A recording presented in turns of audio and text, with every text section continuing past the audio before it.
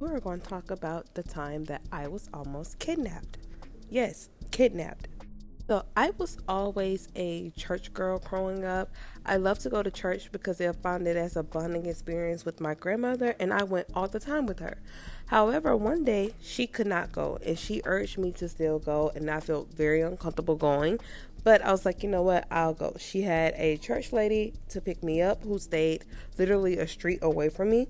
So we rode to the church together because it was in the country area. We get to church and all the current members that's usually there are there, including this one man who we are going to call Bobby. Bobby was always at church. I mean, he went to the church meetings throughout the week. He went to after service, after like extra services. He went to all of them. And every Sunday, he will always do a testimonial. He will make an a cappella song. He literally did everything church related. He was well devoted into the church. Everyone trusted him. But there was one thing that was weird about him. He always was around children of the church, including me. Every Sunday, he would offer me candy. He would whisper to all the little kids in the church, "Do you want candy? I have this." He would hold his hand out. We would get the candy. Everything's going good until the kids started catching on to the fact that he would always have candy. We had long services. So you can put two and two together where this is going. So we sat back there with him, and one day, this particular day when my grandmother was not there, he asked me, he was like, "Do you like strawberries?" I'm like, "Yes, of course I like strawberries. Who doesn't like strawberries?" I'm like, "Yeah." And he was like, "Do you want some?" I held my hand out because I'm a little kid. Like, I'm literally like, I want to say less than 8 years old at this time. And he proceeded to tell me that the strawberries were in his pickup truck and that I would have to get them after service. Just follow him after service and I could get the strawberries. I'm like, okay, cool.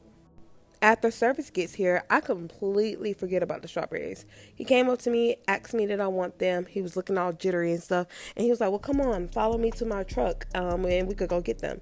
And I was like, "Okay, well, hold on. I need to tell the person that I came with that I'm going with you." Because my mama always told me if I go out of someone's sight, I need to let them know where I'm going. He immediately tenses up. He's like, "No, we're just going real quick. You don't have to tell anyone.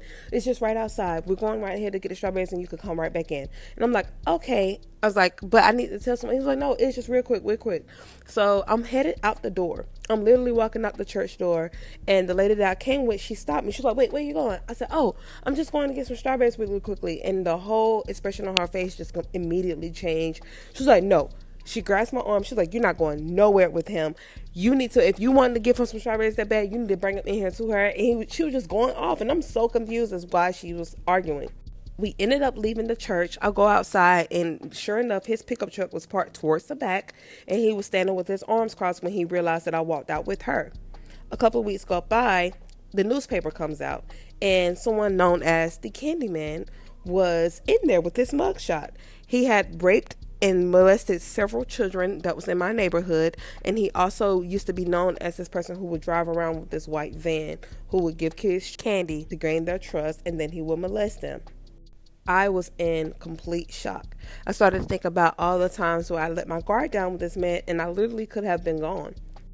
I thank God every single day that I had people that was watching me, and I was in the right hands of people who could trust, like, keeping me, because that could have went way bad, like way bad. And that is the story of how I almost got kidnapped from church, literal church. If you want more story times, please like, comment, and subscribe. And also get into this look that I did yesterday. It looks amazing. It was her birthday. I'm so excited that she trusted me with this. Comment below if you want more story times. Trust me, I have way crazier ones in the vault.